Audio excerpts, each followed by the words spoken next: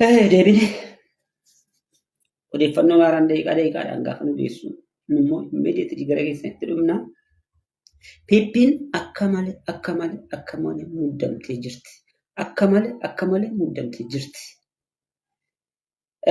Engaddaa akkuma yaadattan nuti waa'ee isiniif galuu baatus amantanis amanuu baattanis Itoophiyaa keessatti fincilli uummataa akka ka'u, mormiin uummataa akka ka'u waan hedduun hojjetamaa akka jiru odeeffannoo jiru baasneerra. Odeeffannoo akkasii baasuun nurra hin jiraatu. Garuu uummanni waan jiru beekuun qaba jennee odeeffannoo kana baasnee jirra jechuudha. Amma piippiin muddamanii jiru. Maal mari'atanii gidduu kana walgahiirra turan. Dhoksaadhaan walgahii dhoksaa gaggeessanii ajandaa kan ture immoo ajandaa Jawaar Mohaammed ajandaa ture jedhamee achuma keessaa oduun nu qaqqabdee jirti jechuudha. Jawaariin damne biyyatti deebifne lafa inni barbaade aangootti kennine cal jechisiisuu baannaan fincilli uummataa yeroo gabaabaa ta'uu danda'a. Rakkoo jabaa keessa galuu dandeenya jedhanii jiru. Jawaar waamicha jira kanaa dhaga'ee yookiis murtii jira kanaa dhaga'ee biyyatti deebi'ee jira kanaa wajjin qabsoo ittiin fufuu waa'ee Jawaar waan beeknee haasofnu hin qabnu. Jawaar kana ni godha jedhee ibsi namanuun parsanaalii Jawaariif waaqayyoo dhiibnaa jechuudha. Garuu shirri guddaan xaxamee akka jiru waan fe'e yoo ta'u biyyatti deebinee lafa inni barbaade kennanii fi biyyatti deebisuu qabna jedhanii irratti mari'atanii murteessaniiru jechuudha.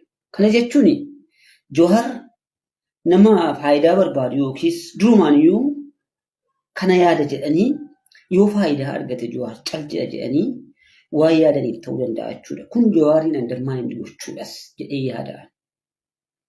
Jawaar yoo dhuguma kan dhaga'ee piippii wajjin walii galee deema ta'e garuu Oromoo wajjin nagaatti waliin jedha jechuudha. An kabajaan jaalan isaa akkasumas himana. Jawaariin yoo inni biyyatti deebi'es shira cimaa, shira jabaa lubbuu isaa irratti karoorsanis jiru. Jawaariin kan miidhu warra bilisiginnaa miti, warra Oromoo miti, warra Amaaraatiin ajjeessuudhaaf piroojeektii qabu, piroojeektii qopheessaa jiru jechuudha. Maaliif bilisiginnaan warri Amaaraa saba biraa keessaa Jawaariin irratti akka aggaaman piroojeektii isaanii marii isaanii keessatti dhimma kanarratti kalaqanii beektu? Maaliif kana qopheessan beektu? Jawaar gaafa Amaarri Jawaariin gaafa miidhu Oromoon sababa Jawaar Amaaraa wajjin wal lolaa jedhanii tapha siyaasaa dadhabaa akkasii taphanna jedhanii waan yaadaniidhaaf jechuudha. Jawaar atuu uummanni biyyatti hin deebi'in. Ati uummataaf sagalee ta'e, caliin jedhiin sagalee nuu ta'e, wantoota kanaan dura dubbachaa turte, uummataaf sagalee ta'aa turte, wanti uummanni miliyoonni meeqa irratti dhume, namni meeqa qeeroo meeqa irratti dhume, siifillee jedhanii siif sagalee ta'uudhaafillee warri lubbuu isaanii qaalii kaffalan atuu murtii haqaan argatin qabsoo dhaabuun kee sirrii miti jedhee uummanni atuu itti iyyaa jiru, atuu uummanni kadhachaa jiru. Jawaar kana dhiisee biyyatti deebi'e yoo ta'es uummata Oromootii wajjin nagaatti waliin jedha jechuudha. Kun waan bor ta'uu danda'udha jechuudha. Garuu Jawaar kana godha jechuu hin danda'u. Jawaar amaneetuma yeroo lama yeroo sadii dogoggoree jarattii kanaa wajjin hariiroo uuma jennaan Jawaar humtuu rakkoo qabaa jennee bira darbinaa jechuudha. Please Jawaar shira gidduu kana waa'ee keetiif bilisiginnaan teessee mari'achaa jirtu goomtee biyya kooti Oromiyaadhaa biyya koottan du'a achitti naqee du'a jettee waan hin taane keessa hin galin obboleessa keenya si jaallannaan. Si caalaa beeknee fatuun ta'in odeeffannoo qabnu siif kennaa jirra. Shira cimaa sirriitti xaxamaa jira.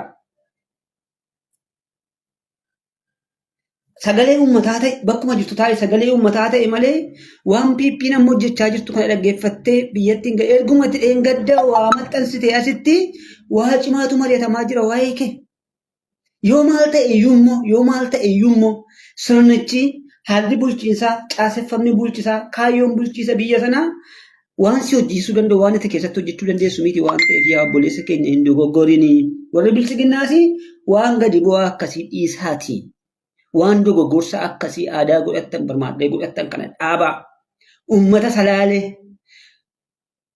sagalee ta'a ummanni sagalee ta'aafii jiru kana dhagaa boo'icha haadha salaalee dhaggeeffadhaa. Silaa maqaa nu bal'eessitaniittu duraan tilmaamamaa ture Oromoon biyya bulchuu hin dandeessu Oromoon yoo aangoo argattes biyya bulchuu hin dandeessu inni irratti raagaa turanii. Har'a biyya nagaa dhowwitanii biyyi erga sin aangoo qabattanii nagaa dhabdee Oromoon biyya bulchuu hin danda'u kan jedhamu raagni jara akka nurratti mirkanaa'u gootanii jirtu. Amma wanta Oromiyaa keessatti ta'aa jiru ajjechaan amma Oromiyaa keessatti raawwataa jiru kun immoo ittoo eenyummaa keessa waan saaxileedha. Biyya bulchuu akkasin hin dandeenye, biyya geggeessuu akkasin hin dandeenye, nagaa fiduu akkasin hin dandeenye kan mirkaneesseedha. Kanaaf isa kana irratti hojjedhaa amma dandeesse isa irratti tattaafadhaa malee nama gowwoomsuudhaan nama gowwoomsitanii qabsoo uummataa qollaa gochuudhaaf shira akkasii hin xaxina. Jawaar harka keessan ture. Waan barbaade gochuu dandeessu itti fayyadamuu dandeessu turtanii har'a maaltu yaadannaan maaltu dhalannaan irraa ajandaa gootanii waa'ee Jawaar mari'achuu kan jalqabdan keessa ofii keessan hin sirreessitanii uummanni dubbachaa jira qaawwaa jiru uummanni haasa'aa jiraan dhaggeeffattanii yaa biltsiginnaa yaa piippi sitti dhufeera amma fincilli uummataa diddaan uummataa amma iddoo hundaatii uummanni wacaa jiramu aktivistoonni hundumtuu kallattii carraa qabuuni uummata keenyaaf sagalee taana jedhee sirratti ka'aa jira. Kanaaf dafii of sirreessi biltsiginnaa. Dafii yoo of sirreessuu dadhabde immoo dafii yeroodhaan aangoo gallakkisi.